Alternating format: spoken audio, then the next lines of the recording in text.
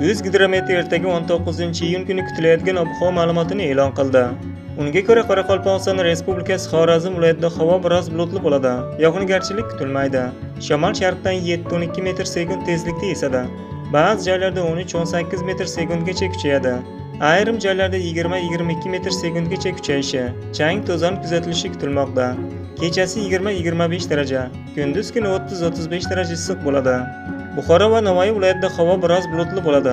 Yog'ingarchilik kutilmaydi. Shamol sharqdan 7-12 metr sekund tezlikda esadi. Ba'zi joylarda 13-18 metr sekundgacha kuchayishi, ayrim joylarda chang to'zon kuzatilishi kutilmoqda. Kechasi 23-28 daraja, kunduz kuni 32-37 daraja issiq bo'ladi. Toshkent, Sirdaryo va Jizzax, Samarqand viloyatlarida havo biroz bulutli bo'ladi. Yog'ingarchilik kutilmaydi. Shamol sharqdan 7-12 metr sekund tezlikda esadi. Ba'zi joylarda 13-18 metr sekundgacha kuchayadi. Ayrim joylarda chang to'zon kuzatilishi kutilmoqda. Kechasi 22-27 daraja, kunduz kuni 35-40 daraja issiq bo'ladi. Qashqadaryo va Surxondaryo viloyatlarida havo biroz bulutli bo'ladi. Yog'ingarchilik kutilmaydi. Shamol sharqdan 7-12 metr sekund tezlikda esadi. Ba'zi joylarda 13-18 metr sekundgacha kuchayadi. Ayrim joylarda chang to'zon kuzatilishi kutilmoqda.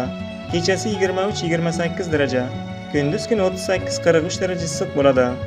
Andijon, Namangan, Farg'ona viloyatlarida havo biroz bulutli bo'ladi.